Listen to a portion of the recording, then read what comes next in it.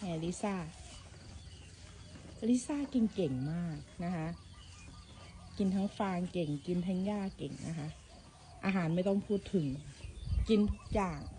นะคะขอแค่มีมาเสิร์ฟนางนะกินเก่งมากเนื้อตัวดีค่ะฉันชอบเม็ดสีของเขามากลิซ่าผสมไปครั้งที่2แล้วนะคะตั้งแต่มาอยู่กับครูจาแล้วก็พี่ต้องเนี่ยเป็นสัตว์2 ครั้งแล้วนะคะก็ผสม KF31 ของพี่หมอโต้งนะคะ TJ9 Farm ก็